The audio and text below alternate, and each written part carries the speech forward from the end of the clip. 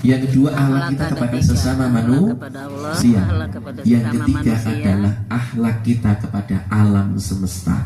Inilah disebut Islam rahmatan lil alamin, bukan lil muslimin. Hadirnya bencana Sumatera dan Aceh ini sesungguhnya Allah ingin menunjukkan ini yang salah bukan alam, yang salah adalah manusia.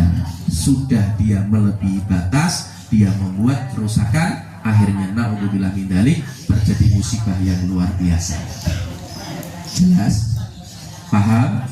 Akhlak ini perlu kita tata, Bu. Satu sama Allah, yang kedua dengan sesama manusia, yang ketiga dengan alam semesta. Ayo kita tata, ya. Ayo kita kelola dengan baik alam ini, ya. Karena riset membuktikan kalau semua cacing di seluruh dunia itu mati kabeh.